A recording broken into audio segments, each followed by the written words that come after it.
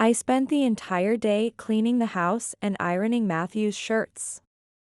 After the lunch, I started preparing his favorite dish, chicken cordon bleu stuffed with cheese and ham.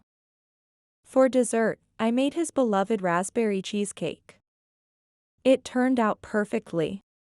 I've always made an effort to look my best. You'd never catch me at home with uncombed hair or no makeup. I wanted to please Matthew, keep him focused on positive emotions, and ensure he didn't look at other women. After showering, I sat in front of the mirror to style my hair and apply some light makeup. Slipping into a form-fitting outfit, I looked like an attractive, fresh-faced housewife. I hoped it would help ease the tension that had been building in our relationship lately. Matthew had been irritable, frequently exploding over trivial matters. At 7 p.m. sharp, Matthew arrived home. He tossed his briefcase in the entryway and headed for the kitchen. I'd set the table beautifully, with a bottle of crisp wine already open. I rushed to greet him with a hug. I warmly welcomed him home and asked how he was feeling. I told him I'd made his favorite dinner as a treat and suggested he wash up and come to the table, as everything was ready. Matthew reluctantly kissed me, frowning as if displeased by the surprise. It stung to see his reaction after I'd worked so hard and waited eagerly for his return. We sat down to eat. Matthew chewed lazily and drank the wine, but seemed unsatisfied. He gruffly asked what we were celebrating, complaining that business was terrible. He said sales were down and income would soon decrease. Matthew angrily tossed a file of reports and graphs onto the table. I glanced at them. The situation did look dire. Cautiously, I asked why he had rejected some reliable suppliers who offered quality materials at good prices. That's when the trouble really started. Matthew shouted, asking if I was calling him a bad manager who couldn't run the clothing factory without me. His sarcastic, "Thanks for your support," cut deep. Confused, I tried to explain I was just commenting on what I saw in the reports, nothing more. I asked why he was getting angry over something so small. I was tired too, I told him. I'd stayed home as he wanted, waiting for him, cooking, missing him. Yet he came home and lashed out at me. Fighting back tears, I pleaded with him to talk to me, to help me understand what was really going on. I told him I could see how he'd changed, even turning his back to the wall when we slept. I asked if he was just tired, or if there was something else. With his frequent weekend business trips, I had to know, was there another woman? I stared into Matthew's eyes, expecting him to make a joke or tell me not to be silly. But what happened next shocked me to my core. Matthew drained his wine glass and leapt up from his chair towards me.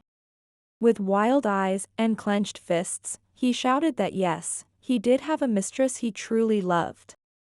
He said he'd been sick of me for a long time. His cruel words came in a torrent. He called me useless in bed, said I only talked about food and plants. He sneered that I was an inferior, barren woman who couldn't even get pregnant. Matthew declared he was divorcing me immediately so he could have his own children. He no longer needed me, he spat, and told me to pack my bags and get out. I was stunned, unable to believe what was happening. I begged Matthew to calm down, reminding him this was our home. Where was I supposed to go? We'd been together for years, how could he want to erase all of that? Desperately, I told him I believed we could still have children, that I just had all the tests done. But Matthew wouldn't listen. He kept ranting that he didn't care about tests, that he would soon be a father and start a new, happy life. Matthew coldly informed me to forget about the house, it was all in his name. Our joint bank accounts and savings would be blocked immediately. He sneered that I was used to living off his money and told me to figure things out on my own. His hurtful tirade continued. Matthew said he didn't want my cooking or my plants anymore. He wanted passion and drive, he shouted. Why did he even marry me? He shouldn't have listened to his mother, he lamented. He had wasted so many years, he complained. Sobbing, I packed a suitcase with some clothes, documents, and essentials. With little cash in my wallet, I could only afford a cheap hotel room. I had no idea what I would do next. I prayed Matthew would calm down so we could have a normal conversation. Lying on the bed in that lonely room, I wept as memories of my life with Matthew washed over me. How had things gone so terribly wrong? I always knew my mother was special. She focused on her studies when she was young and only decided to have a child when she was nearly 40. That's why she cherished me, her only daughter, so much. We lived in a beautiful apartment in the heart of Chicago, surrounded by love and kindness. My parents instilled in me a love for learning and an appreciation for beauty. They had an extensive library, which I adored. I excelled in my studies and easily got into college, but I chose to live at home rather than in a dorm. I had one close friend, Andrea, who came from a broken home and lived in challenging circumstances. I could sense that she envied me, though I never fully understood why at the time. Andrea would often say to me, "You're so lucky, Lexi. You've had everything since childhood." She'd speculate that my father must have pulled strings to get me into college. "You have a beautiful home and never worry about money," she'd continue. "Live happily, don't be like me." When I was a child, my father would beat me and my mother with a stick. We often didn't have enough to eat. Andrea would then declare her intentions to find a job and a wealthy boyfriend so she could live like me. I was a dreamer, shy, and polite, while Andrea was outgoing and direct. Despite our differences, we found common ground and became friends. Sometimes I'd invite Andrea over, but I could tell my parents didn't approve. Andrea would try on all my clothes and often ask for things. After she left, my mother would scold me. "You shouldn't be friends with someone like that," she warned. "Andrea would easily steal your fiancé, not to mention your belongings. Can't you see the greed and envy in her eyes?" But in my innocence, I argued back. "Yes, Andrea might not have learned good manners, but that's because of her tough childhood," I tried to explain. "Don't you see? My friend isn't a bad person at all. She's cheerful and loyal." I'd remind my mother how Andrea had protected me from bullies. "I feel safe when I'm with Andrea," I'd insist. After receiving my diploma, I rushed home, knowing my parents would be waiting to celebrate. But when I saw the doctor's car near our entrance, I felt a painful twinge in my chest. My premonition wasn't wrong. "Something terrible has happened," I was told. "Your mother was cutting salad, waiting for you." Then she collapsed on the floor. It was terrifying, and we couldn't bring her back to consciousness. I prayed that my mother was still alive, that everything would be okay. I couldn't imagine life without the woman I'd lived with all my life. But miracles don't always happen. After a week in intensive care, my mother passed away from a stroke. I had to become an adult overnight. My father was completely devastated, talking to her as if she were still alive. His mind seemed to have gone blank. During this difficult time, Matthew's parents came to help our family. They assisted me in arranging the funeral, and their son Matthew was there too. The young Matthew tried to support me in a friendly way, and we talked a lot. After the funeral, Matthew's father offered me a job. "There's no need to stay at home crying anymore," he said. "You're the head of the family now. Your father has lost his senses completely. Come to our garment factory. It's a family business, and Matthew already works there. He'll teach you everything and bring you up to speed. It's easier to bear grief when your mind is occupied." I agreed, feeling lost and unsure how to continue living. I started working as a purchasing manager in my area of expertise. At first, I was shy and timid, but soon I got used to it, and things started going well. Matthew was already a supervisor and involved in his father's work. Matthew's parents encouraged him to marry me. "Son, look at Lexi," they'd say. "She's a good girl. Humble, educated, from a decent family. You two would make a lovely couple. We're sure of it." So we started dating and eventually had a grand wedding. We lived happily together. Matthew was kind, never yelled, and cherished the warmth of family life. My father only lived for 3 years after my mother's death, quietly departing to heaven to join her. I mourned deeply for my loved ones. After my father's death, Matthew convinced me to sell my parents' apartment. We added our own money and bought a house, thinking it would be more suitable when we had children. As I reflect on my life's journey, I'm struck by how quickly everything changed. The loss of my parents was devastating, but I found strength I didn't know I had. Matthew and his family became my rock, offering support when I needed it most. I often wonder what my mother would think of the woman I've become. Would she be proud of how I've handled the challenges life has thrown my way? I hope she would be. There are days when I still feel Andrea's words echoing in my mind about how lucky I was. But now I understand that true wealth isn't just about material possessions. It's about the love and support of family, the strength to overcome adversity, and the ability to find happiness in life's simple moments. As I looked towards the future with Matthew, I was filled with a mix of emotions, hope, excitement, and a touch of apprehension. But I believed that whatever comes our way, we would face it together, just as my parents taught me to do. And maybe, just maybe, we'll be blessed with a child of our own someday, to whom we can pass on the values and love that my parents so generously shared with me. Years passed, but the longed-for pregnancy never came. I underwent tests, but the doctors couldn't find anything wrong with me. They suggested Matthew should get tested too, but he refused, blaming our infertility on me. It wasn't until recently that he finally agreed to be tested, but we were still waiting for the results. By this time, Matthew was running the factory, and I had become a full-time housewife. I used to help at the factory, but Matthew had insisted I stay at home. Our relationship had gradually cooled over time. Even though we didn't have children, I never imagined Matthew would cheat on me and try to divorce me without leaving me anything. In my desperation, I decided to call my friend. "Andrea," I choked out, "I'm at a hotel. Please come. Something has happened. My life is falling apart before my eyes. I don't know what to do." Andrea responded immediately, telling me not to be scared, that she was on her way, and that we'd figure something out together.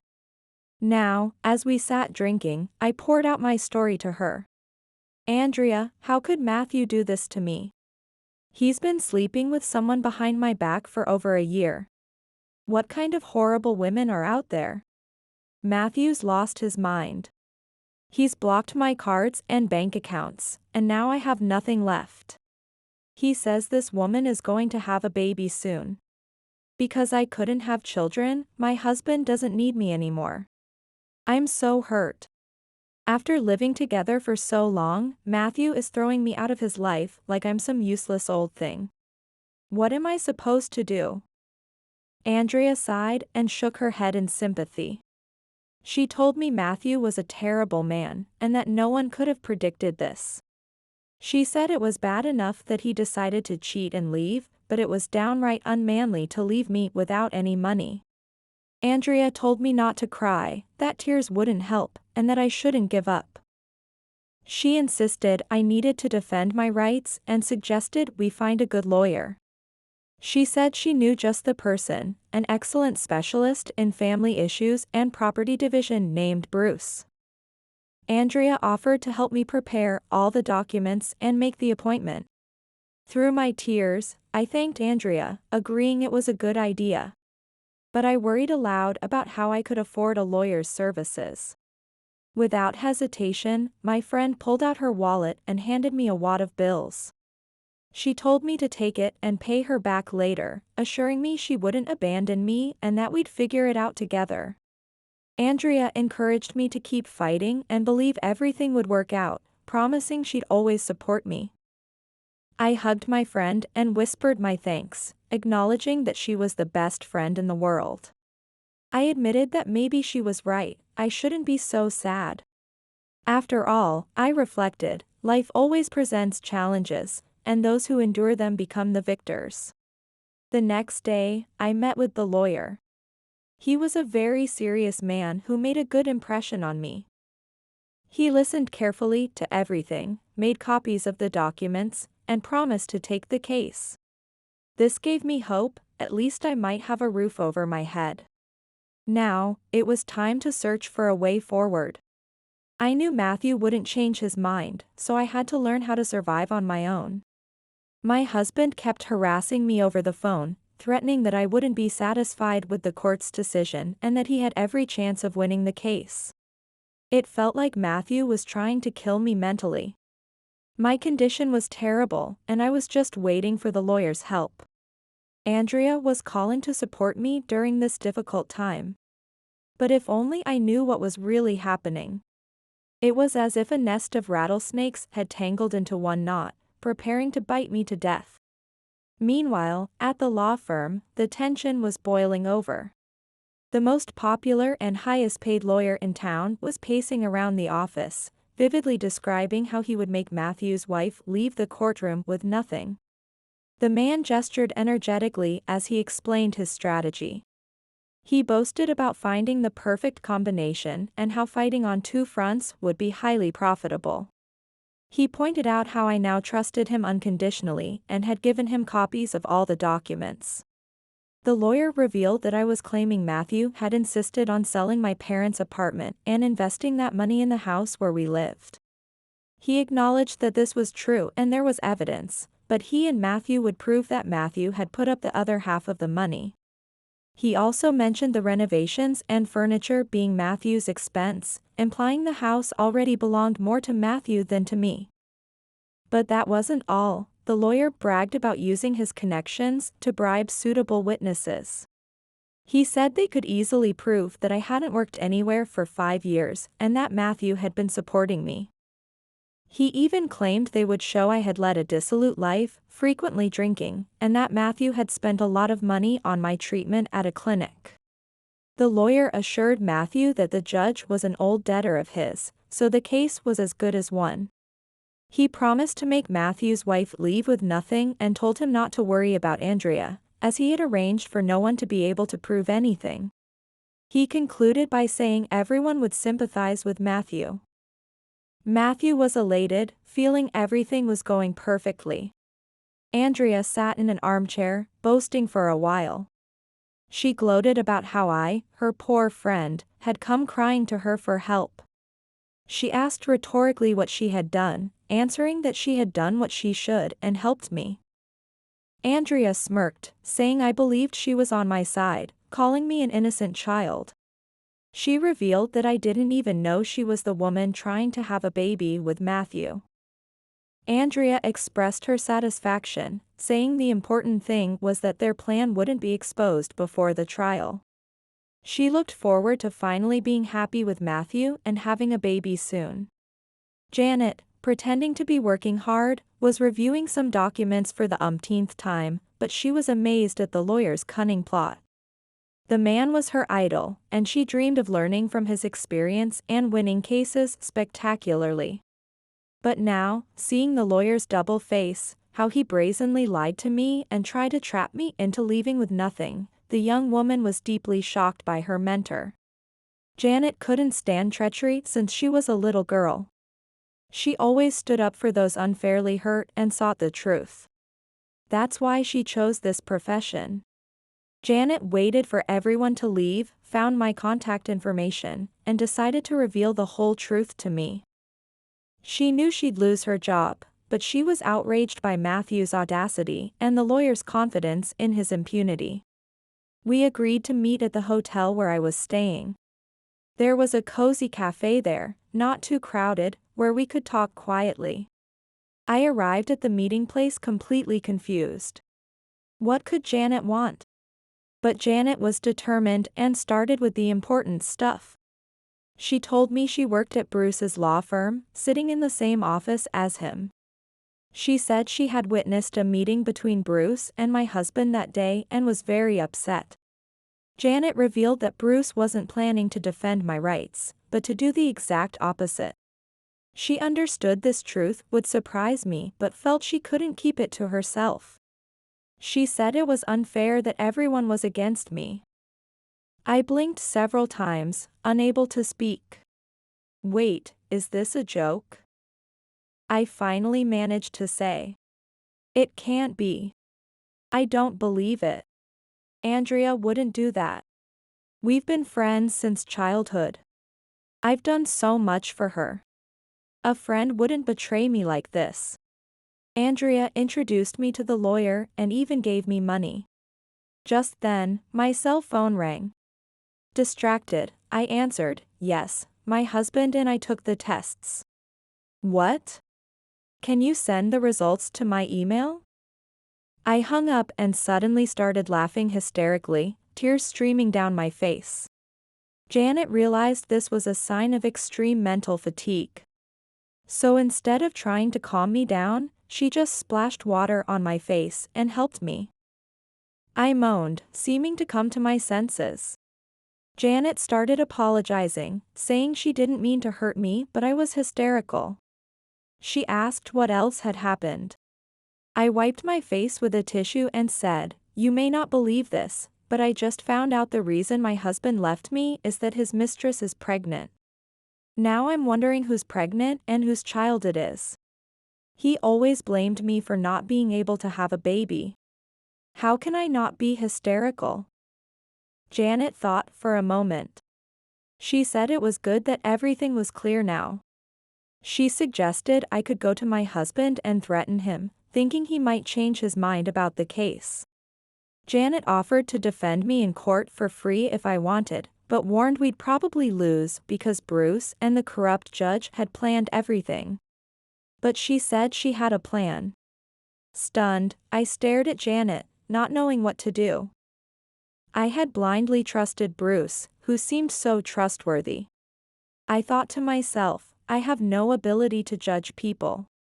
First my husband lied to me, and now the lawyer. I don't know how to trust anyone. After some hesitation, I eventually agreed. Okay, I said. Let's try to do something together. Thank you for telling me everything and risking your career. Tomorrow, I'll cancel my contract with Bruce and take my money and copies of the documents. It might be too late, but Janet told me not to despair prematurely. She said she'd contact me as soon as she thought of how we should act. She advised me to try to calm down a bit, saying we needed a cool head to win this difficult battle. The next day, I went to see Bruce and canceled the contract. Bruce was stunned. He asked what had happened, saying we had a great chance of winning the case. He reminded me I had already paid and that he couldn't give a refund. He asked if I was doubting his perfect reputation. I replied curtly, I'm sorry, but I've changed my mind. It's my right. I don't need a lawyer. Bruce didn't get angry. This suited him fine. He had gotten the money and didn't have to do anything. However, when Janet wrote her resignation letter the same day, Bruce was perplexed. The man tried to persuade her to stay. I felt a mix of emotions, relief at knowing the truth, fear for what was to come, and gratitude towards Janet for her bravery.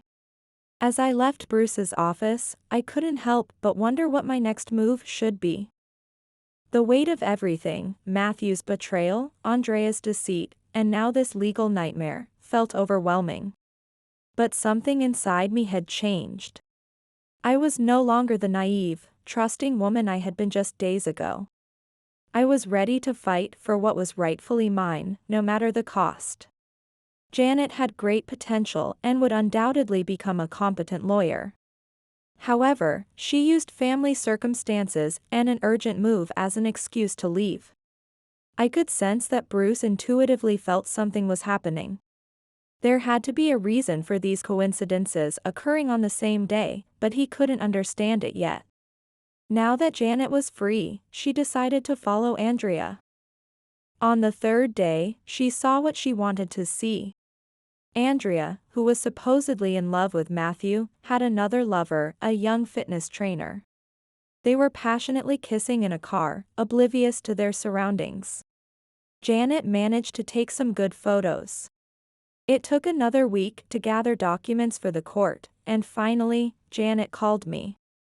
She told me to meet her at the same cafe the next day, saying we'd go to my husband's house, which was still my house too. She said she had a plan and would explain everything when we met. When we met, I anxiously asked Janet if we should really go to Matthew's house. I wondered what the point was, with the trial just 3 days away. But Janet disagreed. She explained that with the trial so close, Bruce had prepared strong evidence to give us no chance. Janet told me I couldn't win this trial, but assured me she knew what she was saying. She wanted to surprise Matthew at home, certain he wouldn't be alone but with his mistress. Janet hoped to threaten my husband into giving up everything, saying it was our only chance. I shook my head, feeling uncertain. I told her Matthew was cautious and seemed obsessed with taking everything from me. I didn't want to make things worse. But with no other options, we headed to my mansion. I tried to open the door with my key, but it was futile, the lock had been changed. Tears streamed down my face as I realized Matthew had already decided this house wasn't mine anymore, even though we had bought it together. Suddenly, Andrea appeared, wearing only Matthew's shirt, her hair disheveled. She cried out in surprise, asking what we were doing there. Feeling humiliated and betrayed, I shouted at Andrea, asking how she could do this. I had shared all my secrets with her, and this was how she betrayed me. Matthew came out frowning. He asked what we wanted, saying he wasn't expecting guests. He told Andrea not to worry and told us to leave, saying he'd see us in court. Choking on the audacity of it all, I cried out that this was my house too. I asked how he could be here with his mistress when we were still married, and how he could do this when I had loved him.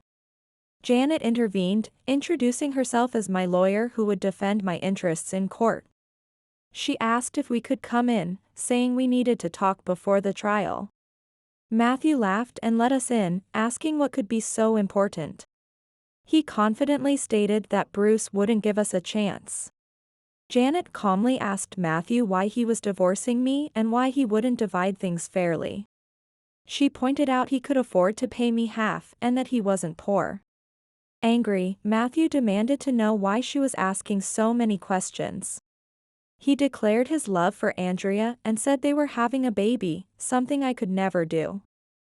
He asked where he was supposed to live with his new family. Andrea was glowing, showing no shame for destroying a family and hurting her childhood friend. She had always solved problems through the bedroom, and this scheme had never failed her. She didn't care that I was suffering. No one had loved Andrea as a child, so she had no sympathy for anyone. I couldn't take it anymore. I pulled out the test results from my bag and threw them in Matthew's face. I asked him what he was talking about, having a baby. I reminded him that he had read the test results himself, he was infertile and couldn't have children. So the question was, who had gotten Andrea pregnant? With shaking hands, Matthew replied that I must be lying. He insisted the test results had to be fake, saying Andrea wouldn't betray him like that. Janet then responded coldly, her words hanging in the air as we all waited to see what would happen next. I felt a mix of emotions, anger, hurt, and a strange sense of vindication. The truth was finally coming out, but at what cost? Janet calmly suggested that it would be easy to verify the truth. She told Matthew he could call the clinic himself or get retested. She revealed that Andrea had deceived him and said she had evidence. Janet showed us a photo, explaining that Andrea was enjoying herself with a young man twice a week. She asked Matthew how he felt about this news and suggested it would make quite a scandal if we talked about it all in court and invited the press. She questioned whether his business reputation would survive such exposure. Matthew was stunned. He waved the photos in front of Andrea, demanding to know if it was true. He yelled that it was too late for lies. Desperate, Andrea confessed. She apologized to Matthew, admitting she wasn't pregnant. She claimed she truly loved him and that she had lied about the pregnancy because she knew he wouldn't have decided to leave his wife otherwise. Andrea tried to downplay it, saying it wasn't such a big deal and that they were doing so well together. Furious, Matthew pushed Andrea away. He screamed at her to get out of his house and his life, saying he never wanted to see her again. He blamed her for ruining his family and said he hated her. Matthew collapsed into a chair, covering his head with his arms. I could see all his dreams of children and a new family slipping away like sand through his fingers. He was so dejected and ashamed in front of me that he couldn't even lift his face. I imagined he felt like he'd been dragged through the mud. In a hoarse voice, he said he wouldn't take the house and that we should follow the law. He asked everyone to leave, saying he wanted to be alone. Janet looked satisfied and led me out, as I was unable to speak. I was shaking, feeling like I'd been stirring dirty laundry and wanting to wash it all away and forget everything. Suddenly, Janet suggested I come to her place. She offered to introduce me to her brother and said I could stay with them until things settled down. She reminded me that I had mentioned money problems and pointed out that I wouldn't need to spend the rest of my money on a hotel. I gratefully accepted her offer. I told her I wanted to stay there for a while because I didn't want to be alone. I admitted that bad thoughts were creeping in, even thoughts of not wanting to live. I explained that I had thought I had a strong family, a loving husband, and would have had children. I had wanted to grow old with Matthew. The realization that everyone had been deceiving me, my husband and best friend, day after day, was terrifying. I told Janet that thinking about it made me feel like I was going crazy 24 hours a day. But she said that if I came as a guest, it would at least distract me. I knew I needed to find a job to learn how to live on my own, as I no longer had anyone I could trust. Janet lived in a small, cozy apartment with her brother, Joshua. We had time to unpack and prepare dinner before he came home from work. When Joshua saw me, he smiled. He greeted us, surprised to see a guest. He playfully scolded Janet for not telling him, saying he would have brought something nice. Joshua introduced himself and guessed that I must be a colleague of his sister's. I blushed deeply.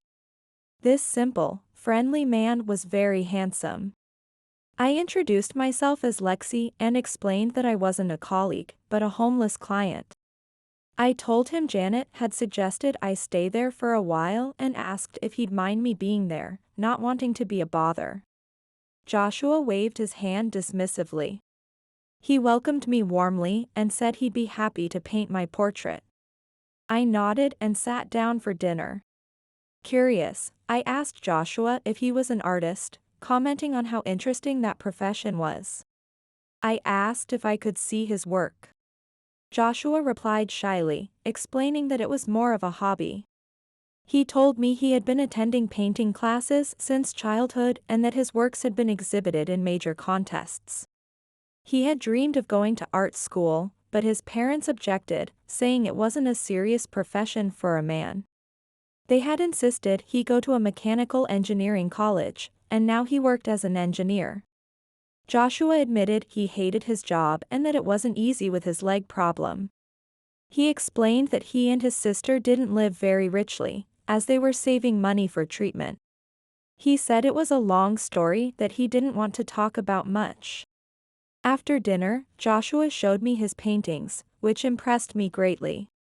They were very honest and sincere, and his talent was obvious. I learned that Joshua earned quite a bit of money painting landscapes and portraits of passers-by in the park on weekends.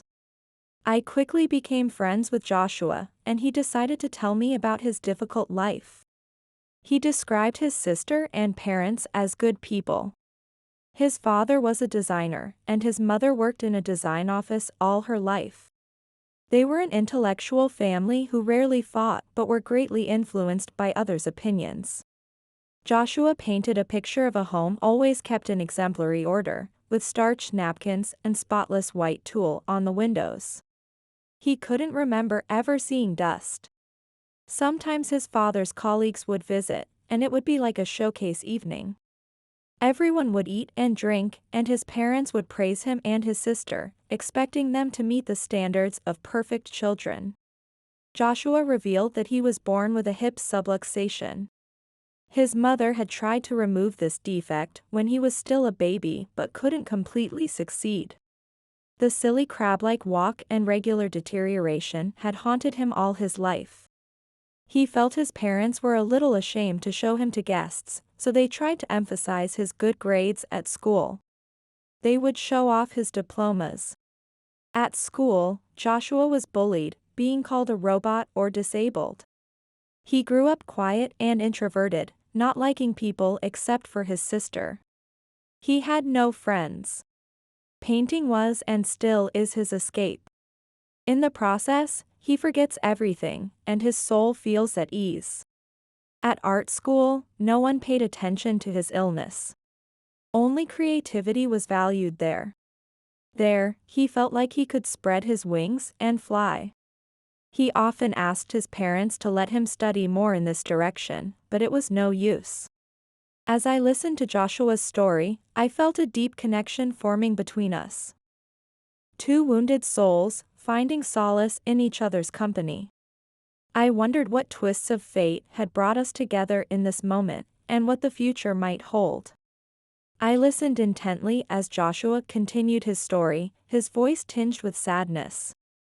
He explained that people would think art wasn't a serious profession and that being an engineer was what a real man should do. Joshua confessed that he suffered every day at the factory, comparing getting up for work to facing a firing squad.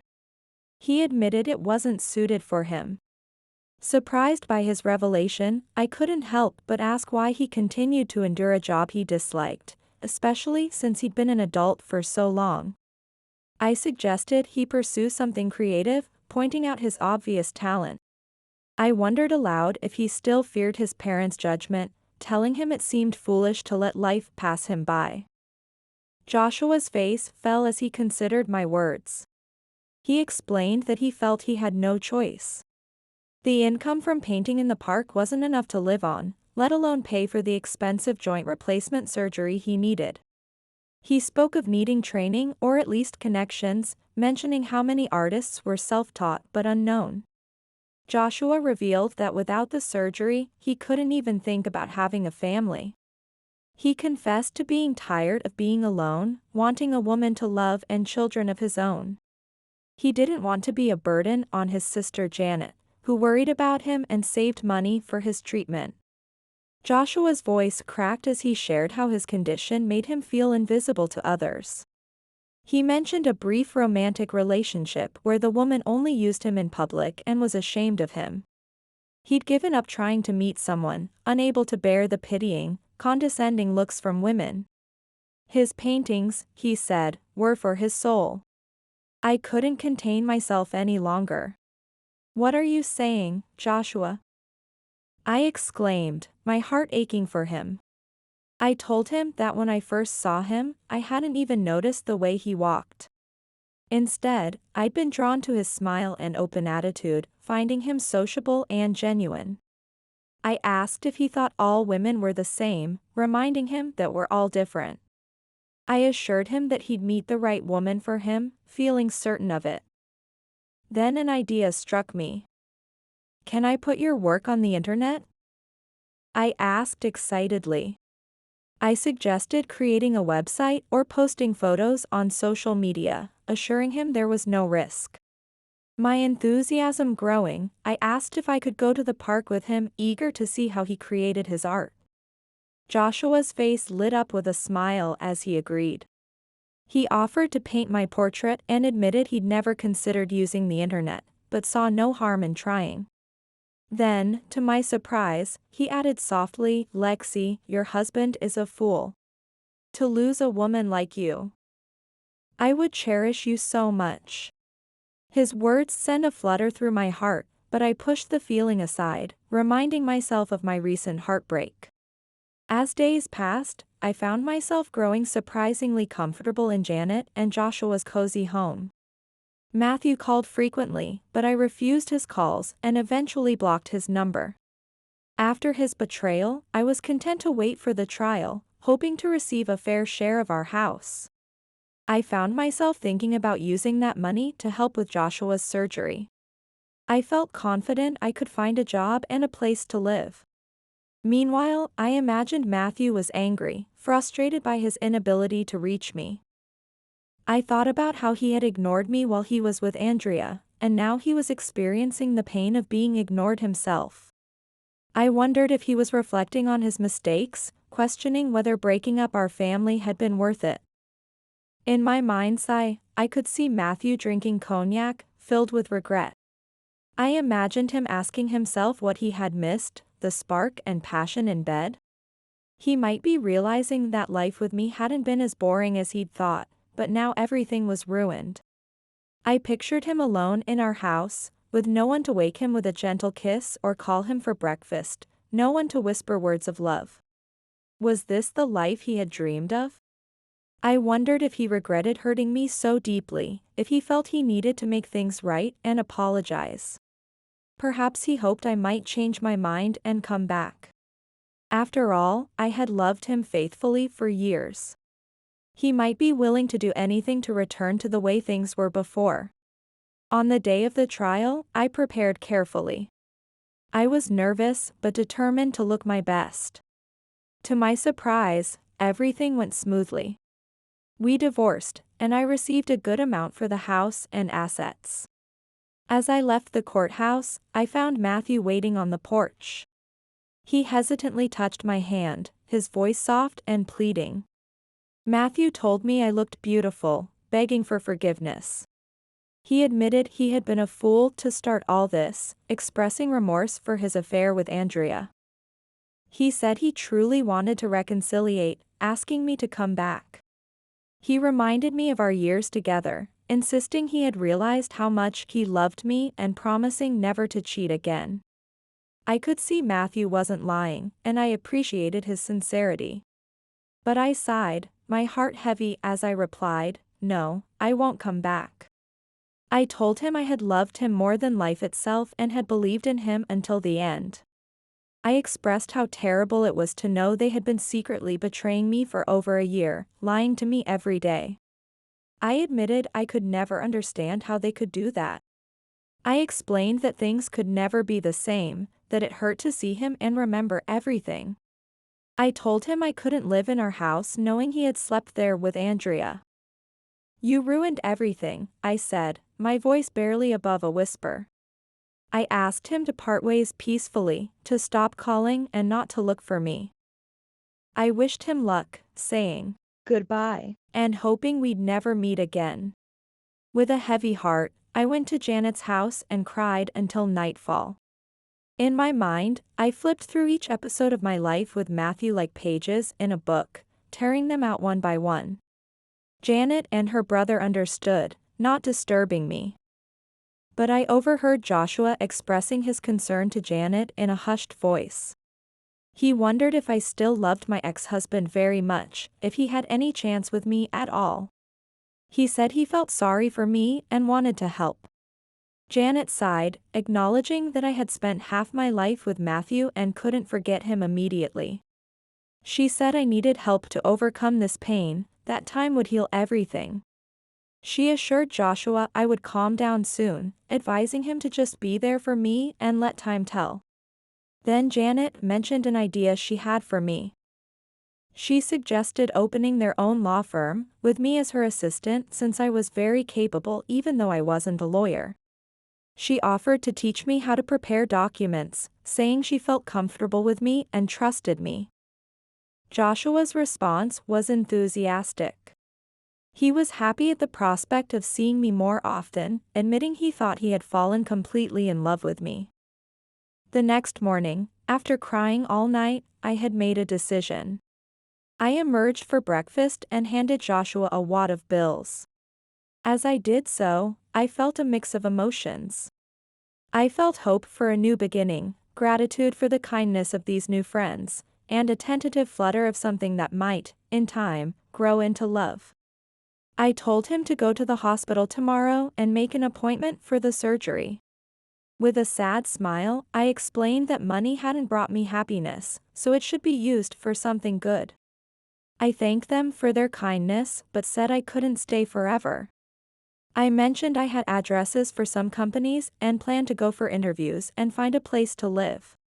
Joshua and Janet were stunned, their faces a picture of disbelief and gratitude. They hugged me tightly, their warmth enveloping me.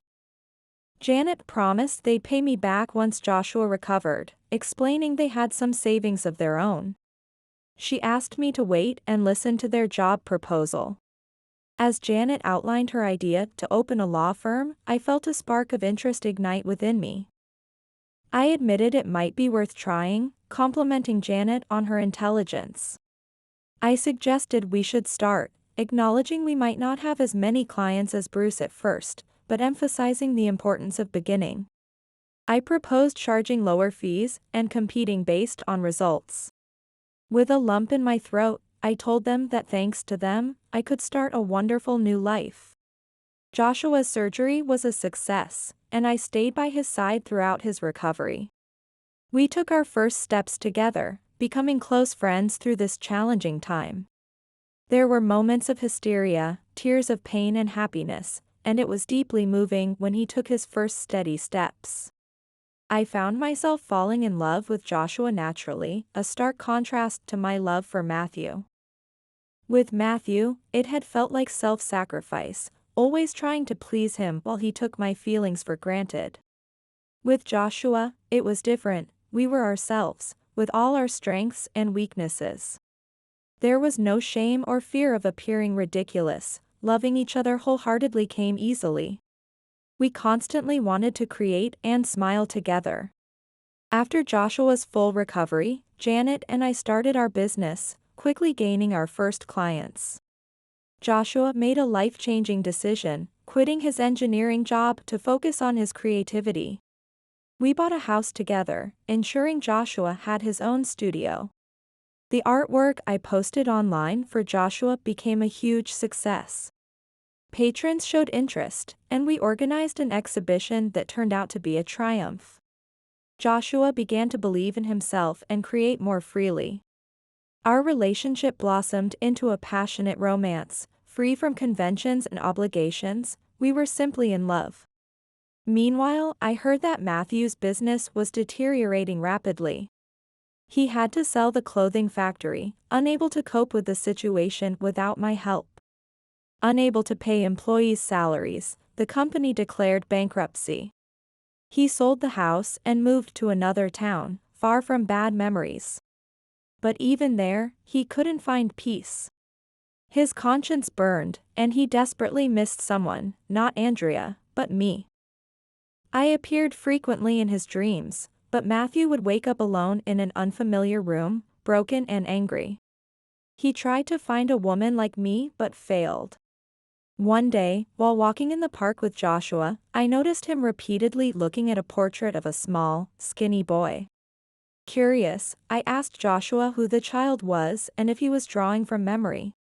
Joshua answered in a small voice, telling me about David, a boy he'd met in the park long ago.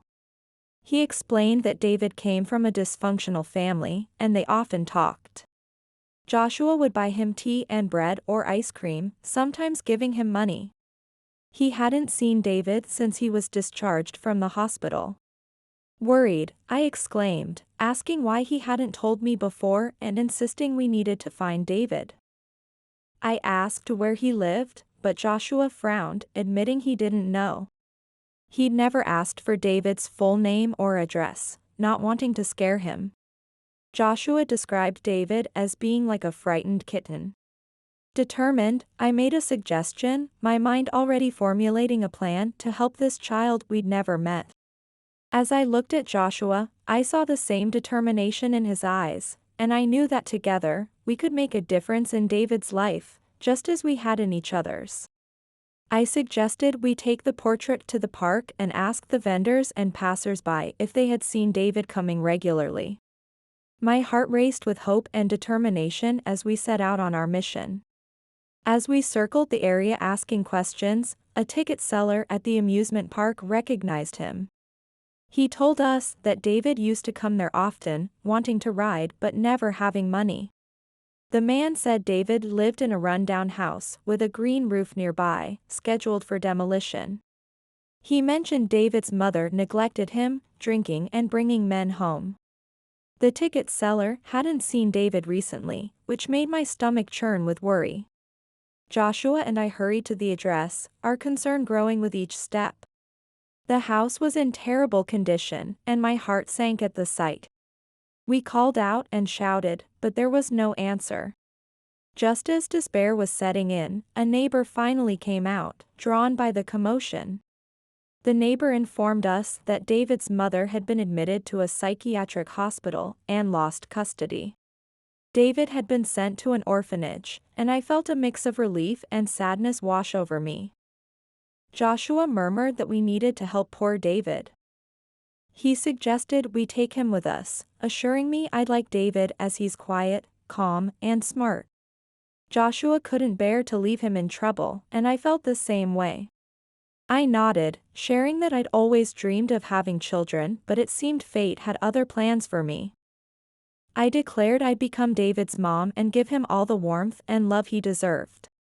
We agreed to go to the orphanage and sort everything out. It took a long time to convince the director, explaining our serious intentions. We promised to marry soon and take the child. The woman saw we were good people and understood the child needed a family. When David saw Joshua, he lit up, cried and leaped into his arms.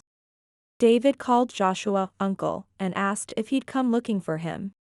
He said he'd been waiting, that it wasn't good there and his mother was sick. David begged Joshua to take him away, then noticed me and asked if I was Joshua's wife. I smiled and gently stroked his head.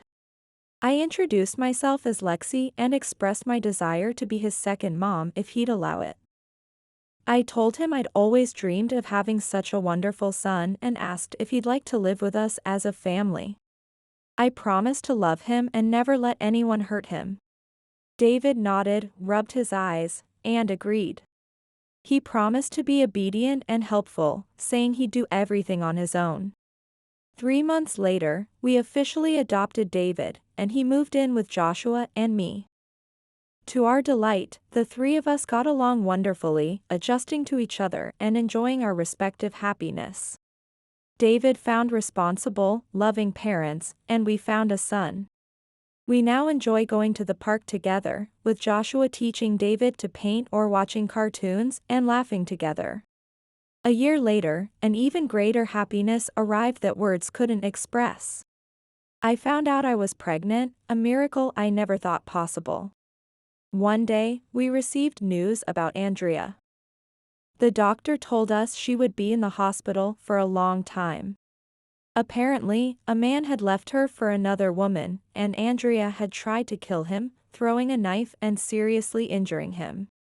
They had tried to put her in prison, but it became clear she was completely insane. The doctor described Andrea as aggressive and obsessed with thoughts of murder, with no prospects for recovery.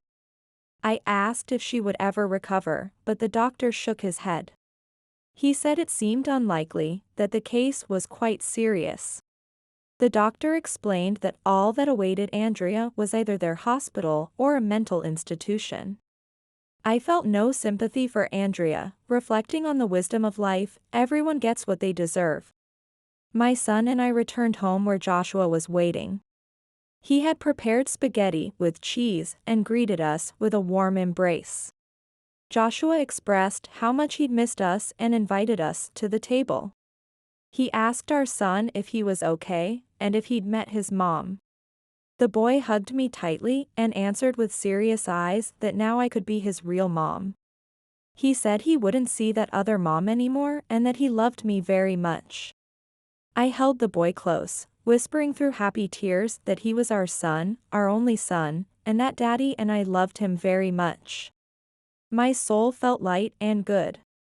Now I truly have a strong family, my loving husband Joshua, our son David, and soon, our daughter, who is on the way. As I looked at my family gathered around the dinner table, I marveled at how life had brought us together. I thought about the twists and turns that had led me to this moment of pure joy and contentment. My journey had been filled with pain and heartbreak, but it had also led me to a love and happiness I never thought possible. I silently thanked the universe for this second chance at life and love, grateful for every moment with my new family. As I looked around at my family, I couldn't help but think, isn't this what true happiness is? I felt no regret about divorcing Matthew. Our marriage had been a mistake from the start, but we'd both realized it too late. Now, with the benefit of hindsight, I could see how ill-suited we'd been for each other. I felt a wave of gratitude wash over me for the twists of fate that had brought me here. Meeting Janet had been the turning point, the start of a new, different, and authentic life. I thought about how different things might have been if I'd stayed with Matthew, trapped in a loveless marriage, never knowing the joy I now feel every day. The pain of his betrayal had been excruciating, but it had also been the catalyst for change. I silently thanked the universe for giving me the strength to walk away and the courage to start anew. As I watched Joshua playing with David, I marveled at the depth of love I felt for them both. This was the family I'd always dreamed of but never thought I'd have. And with our daughter on the way, it felt like the final piece of the puzzle was falling into place. I placed a hand on my growing belly, feeling a flutter of movement. Life had taken me on an unexpected journey, but I wouldn't change a single step. This, I thought, is where I was always meant to be.